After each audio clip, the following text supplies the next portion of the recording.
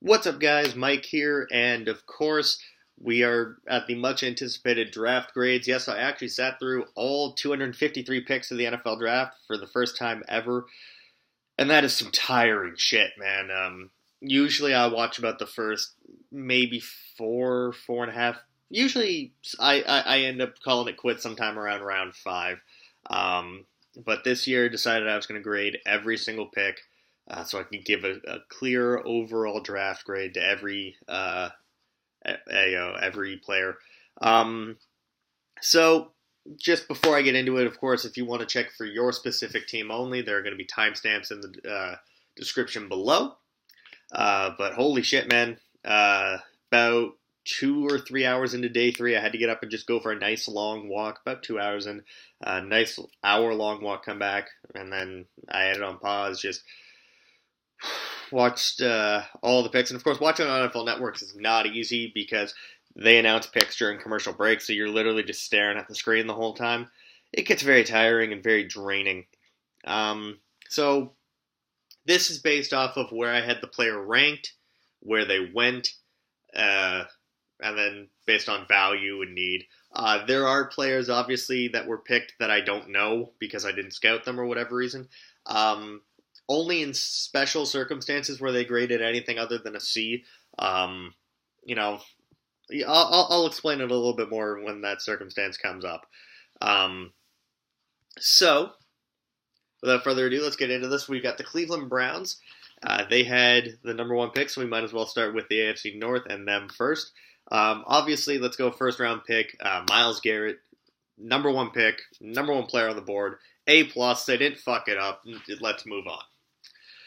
Next is Jabril Peppers. I had him as my 36th player. They picked him at 25. I gave this a C, and I really struggled to understand this pick because I thought that with Melifonwu still on the board or Budda Baker, those guys made more sense for what they're trying to do in Cleveland. As far as guys that are going to get on the field and make an impact right away, Jabril Peppers I see more because he doesn't have a solid position right now. I see more as a special teamer for the time being. Now they have said that he's going to play offense, defense, and special teams right now, but still, at the time when I graded this, I still am struggling to see the value a little bit. So I'm going to say that Jabril Peppers right now is a C. David Njoku, listen, I had him at 20. They got him at 29. That's an A. They then released Gary Barnidge. I thought that this was an absolute steal because he was the third tight end off the board, and everyone assumed, including myself, that it was going to be Evan Ingram that was going to be the third tight end off the board. Get another playmaker for that quarterback that they're going to bring in. And while we're there, why not let's talk about this quarterback, Deshaun Kaiser. They got him at 52. He was my 44th ranked player. I give this a B+ because my whole thing was I'm not really sure what they're going to do with him. Are they going to start him right away? Because I don't think he's ready to. Or are they going to give it Cody Kessler a couple games? Or maybe the full season while Deshaun Kaiser gets acclimated to the system. It's one of those where they're either going to look really good or he's going to look not so good. But at least they didn't pick him in the first round and jeopardize that. Next up in the third round at 65, they selected Larry Ogunjobi, the defensive tackle out of Charlotte. He was my 124th ranked player. They got him at 65.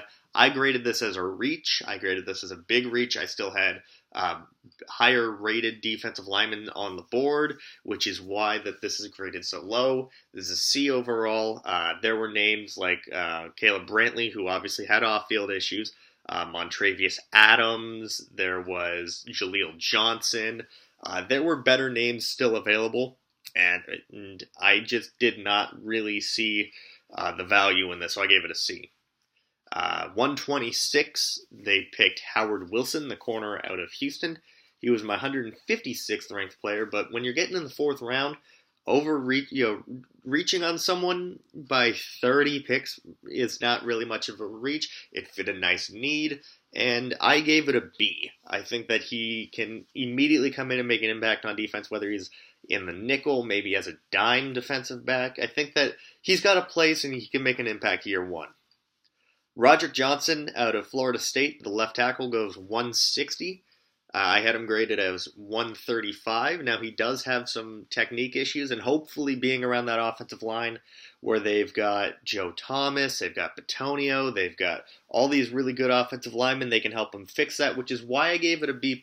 Yes, they got some very good value, but the technique issues, that's the only reason this wasn't in the A range was because I'm not really sure, where he fits right now, but I like the pick.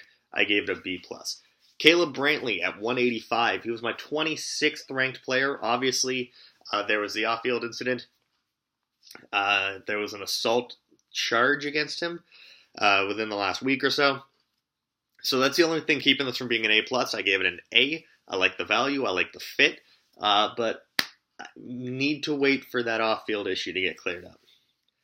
At 224, they came back with Zane Gonzalez. Now, Zane Gonzalez is actually the first player not on my board so far. And not that he was the first player pick that wasn't on my... He's the first one in this video that was not on my board. So normally that would be a C.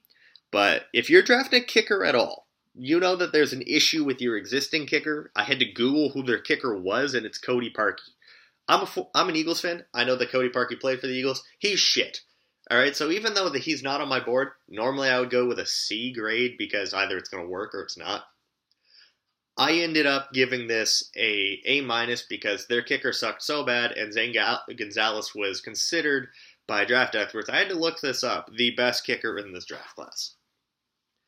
And then they rounded out their draft at 252 by getting Matthew Days, the running back out of North Carolina State. I had him rated at 131. That's 121 picks of value, in my opinion. That's an A. I think he can come in, be kind of that third down pass catching back. I think he's an upgrade over Duke Johnson. I like the pick. That's an A. So just to recap, they have A+, C, A, B+, C, B, B+, A, A-, A, which when you tabulate that all together culminates in a nice big A- for the Cleveland Browns. They knocked it out of the park with pretty much all of their picks. I think that there was only really one or two bad picks. Everything else is very, very, very solid. And when you have that many picks and you hit on that many, you're going to do very well, in my opinion. Let's go. Let's stick with Ohio and let's go with the Cincinnati Bengals. First is John Ross at number 9. I projected this in my mock draft the day of. I just didn't think that they would do it, and I was really hoping they wouldn't do it, but they did. They got themselves some speed, but they reached in the process. He was my 21st ranked player. They got him at 9. I just think that there were much better players available. I mean, Reuben Foster was still there. Malik Hooker was still there. Hell, even Derek Barnett was still there. That would have made more sense at 9 to me than John Ross, so I gave it a C+. Next, I mean, this should come as no surprise to anyone. I mean, I knew going into day 2 that it was all likely, that it was the most likely team to pick Joe Mixon was going to be Cincinnati, and they did. They picked him at 48. They at least traded down, but I mean, you guys know my opinion on Joe Mixon. He's not on my board. It's either going to work or it's not. So I gave it a C. Jordan Willis was their next pick at 73. He was my 94th ranked player. I gave it a B+. The value was pretty good. Again, there were a few better players still available, in my opinion, on the board. Really didn't have too much of an issue with it. But again, it didn't make a lot of sense to me, in terms of his fit given what they normally do. They really like those tall, bigger defensive ends, and Jordan Willis he's big. He's not overly big. Going on to that, their next pick at 116, Carl Lawson. He was my 8th rated player going in, so this is a clear A+. By the way, Jordan Willis B+, Carl Lawson A+. I just think that this is the steal of the draft. I mean, if this guy can just stay healthy, you're getting an absolute superstar there at 116 and a top 10 talent. Josh Malone at 128. I hated this pick. He was my 244th ranked player. Now, I gave it a C- because it did fit a need. They really needed some playmakers on offense and at wide receiver, but there were better receivers still available. I mean, Fred Ross made a lot of sense there. He ended up going undrafted. DeMaurier Stringfellow would have made a lot more sense. Like, you get a guy that I had a very late grade on, and you draft him that high. That's something I can't really get behind. Just looking at who else was probably still there, wide receiver. There were names like Malachi Dupree, Chad Hansen, I believe, was still on the board. Even J.U. Chesson, Noah Brown, who went late day 3. I mean, all of those guys would have made more sense to me than Josh Malone, who was an unproven player at Tennessee, that you were purely banking on athleticism. You got a borderline undrafted grade, and you picked him at 128. That's just not a good pick. Next up, Ryan Glasgow out of the University of Michigan, the defensive tackle. They got him at 138. I had him at 189. That's a B to me. I like the pick. I mean, Pecco's getting a bit older. Geno Atkins is getting a little bit older. And their defensive tackle spot has been kind of in flux for a while now. So it gives them someone that they can add into a rotation, and hopefully he ends up contributing day 1, and this is a pretty good pick for them. Jake Elliott was the pick at 153, the kicker. I gave it a B+, because, again, they really didn't have great kick play. They had very inconsistent kicker play last year. They went through a couple of them, and I think that getting a kicker here, it's a really good pick. Just it gives them a little bit more certainty at the position. At 176, they got J.J. Dielman, the center/guard/tackle out of Utah. I had him rated at 203, but given the fact that they've lost so many offensive linemen over the past couple years, they really needed to address the offensive line, and I'm a little surprised this is the only pick that they used to do so. But I overall like the pick. Next up was Jordan Evans at 193, and I can't quite remember who Jordan Evans is, so give me 1 second.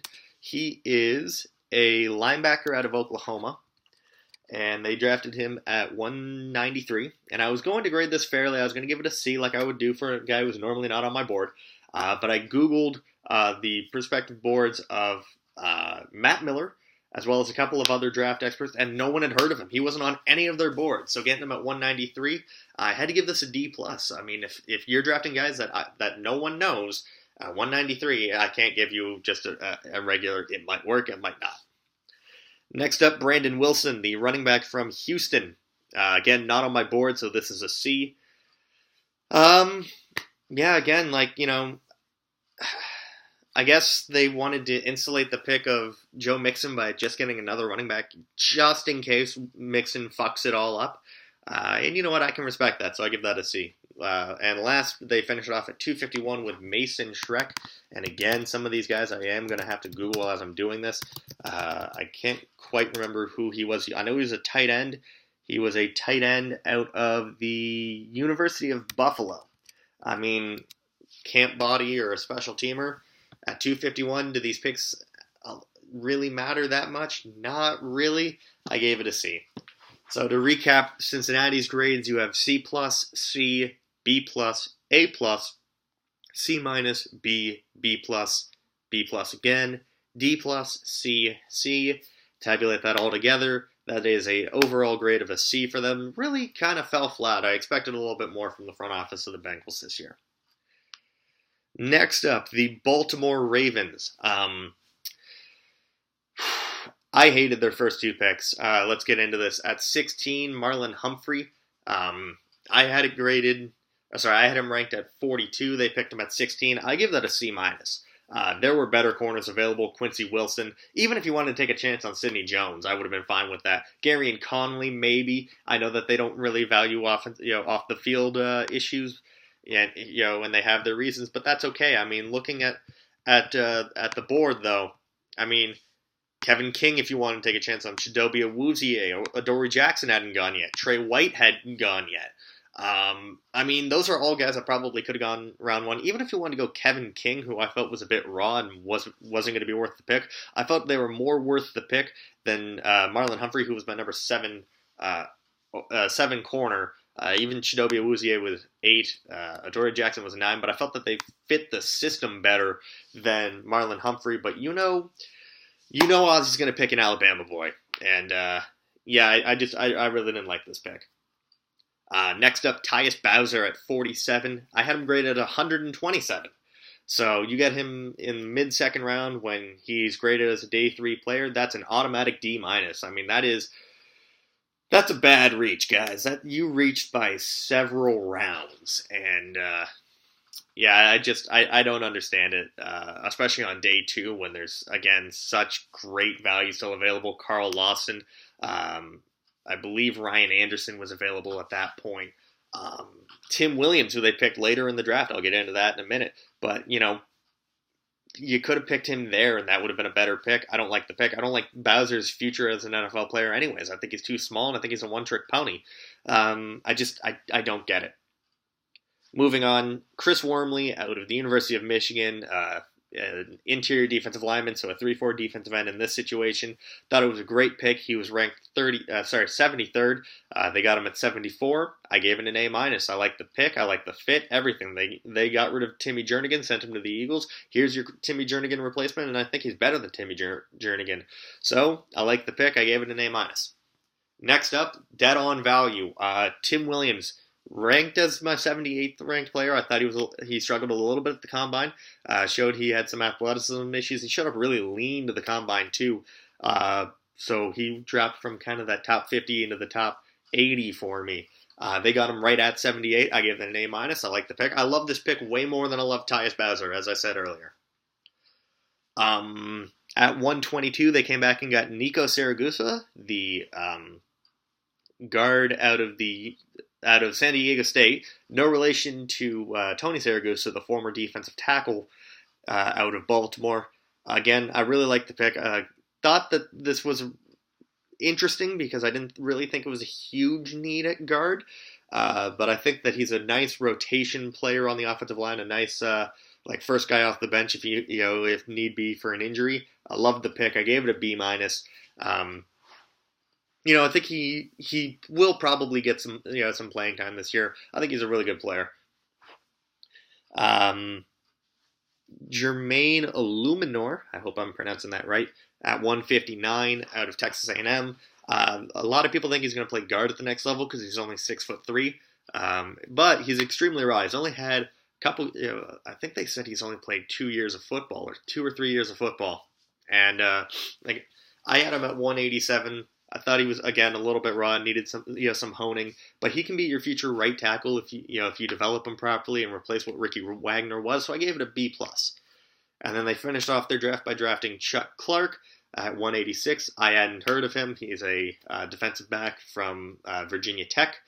I gave it a C, as would be standard for guys that I haven't heard of or at least heard of by mainstream media. So again, to recap, C-, D-, A-, A, B+, B+, C, which equates to a B- overall. A pretty solid draft for Newsome there. It's just those first 2 picks were really rough. I actually loved all of their picks after that more than their first 2.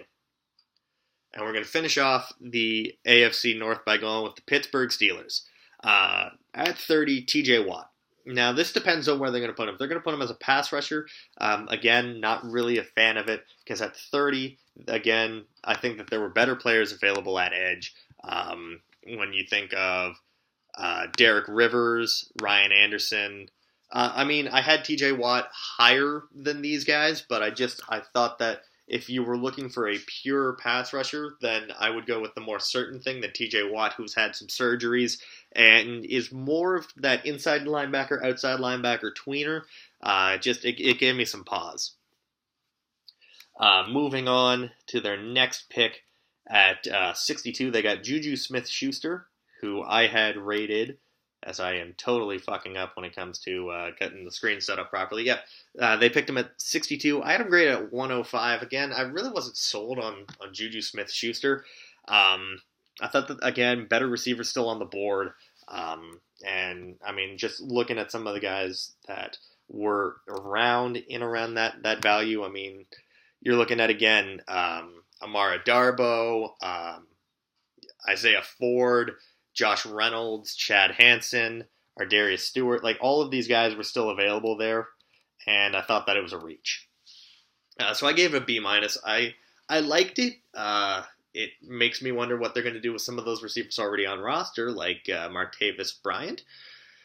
Um, but I think that he's obviously going to make an impact. The moment he steps on an NFL field, so I'm not too choked up about it. Next up, Cameron Sutton at 94. Item graded right on the nose at 100. I gave it a B plus because again, I know that they still think that they need some work in the secondary. I thought it was maybe a lesser need for them, but I really liked the pick. Cameron Sutton kind of fell out of people's thought process because of the fact he was injured. But a very good pick. I think he's better than a couple of the players that they've got on roster in that secondary already. He can probably be day one nickel. I like the pick. I gave it a B plus. At 105, James Conner out of Pitt. The hometown kid, the great story. If you guys don't know, he beat cancer and everything. I thought he was a great pick outside of all of that. He was I had him rated at 109. They got him at 105. I gave it an A. Listen, Le'Veon Bell is either going to get hurt or suspended like once a year. You need a running back that's going to fill in that time. D'Angelo Williams is way up there in age. Now you've got a much younger, thumping running back. I mean, James Conner runs you over. He's punishing. And I like it. I mean, for Le'Veon Bell, who's kind of very elusive with the ball, you get a punishing running back behind him in James Conner. Perfect. I gave it an A. Joshua Dobbs at 129. I had him graded at 151. Listen, Landry Jones is god-awful and has to play significant time because Ben Roethlisberger gets hurt every year. I'd rather have Joshua Dobbs back behind center as a backup quarterback than Landry Jones, so I have no issue with the pick. I gave it an A.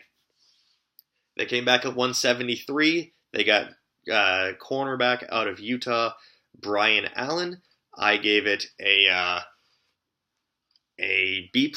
I thought, again, fixing the secondary. Definitely they addressed their secondary issues this year. And I gave it a B+. I think he's, again, another player that, might be able to get on the field, in a defensive package this year. But I think on special teams, he's a good tackler. And I think he can contribute right away. I'm not sure in what capacity he can contribute, but I think he will. Next up, they went with Colin Holba, who I believe is a long snapper. 213, never heard of him, not on my board. I gave him a C. Again, either it's going to work or it's not. And then Keon Adams, 248, the edge rusher out of Western Michigan. I had actually started watching footage, game film on him right before the draft started. I started watching a little bit of him like the Tuesday or the Wednesday. So he was an incomplete grade, but I had started watching him. I like the pick at 248. Gives good value. I'm just not really sure if he's a rosterable guy. So I gave it a C+. So let's tabulate up their grades again. That's B, B-, B+, A, B+, C, C+. That gives them an overall grade of a B. So yeah, this is what these videos are going to be. They're going to go through every division, every team, every pick. And they're going to be about 20 minutes long. And then again, guys, if you just want to check out your team's grades, there are going to be the timestamps below. As always, I am King Kraken. Like, comment, subscribe, tell a friend to tell a friend, and I'll see you again next time.